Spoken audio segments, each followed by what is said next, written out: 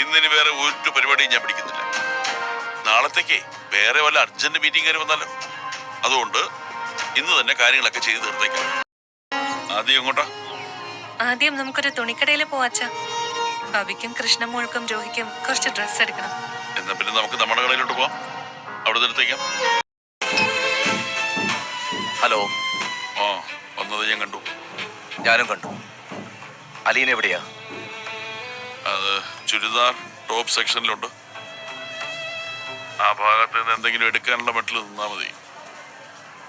Sales ഗേൾസിനോട് സംസാരിക്കുമ്പോൾ തന്നെ അലീനെ കാണാൻ പറ്റും. എന്നെ തിരിച്ചറിയില്ലല്ലോ അല്ലേ? ഒറ്റ നോട്ടത്തിൽ അറിയില്ല. അറിഞ്ഞാലും സാരമില്ല. നമ്മളറിയാത്ത മട്ടിൽ നിന്നാ മതി.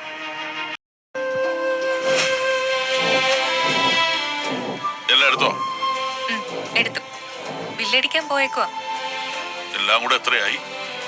ആ ഒന്നും അച്ഛൻ അറിയണ്ട. അവസാനം കുളത്തോപ്പുഴയ്ക്ക് പോകാനുള്ള വണ്ടിക്കൂലികളും കാണുകയില്ല. ആ അതച്ഛൻ തരണം. ആ അപ്പൊ കയ്യിലുണ്ടായിരുന്ന അത്രയും പൊടിച്ചു. പൊടിക്കും. ബില്ല് വരട്ടെ. പോവാം.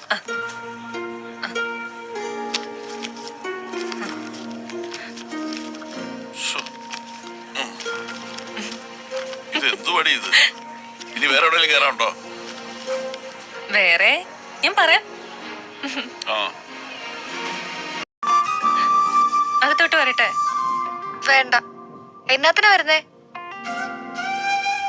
ആദ്യം നെഗറ്റീവേ വായിന്ന് വരത്തുള്ളൂ. ഇതൊക്കെ ആര് പറഞ്ഞിട്ടാ മേടിച്ചോണ്ട് വരുന്നേ? ആരും പറഞ്ഞിട്ടല്ല.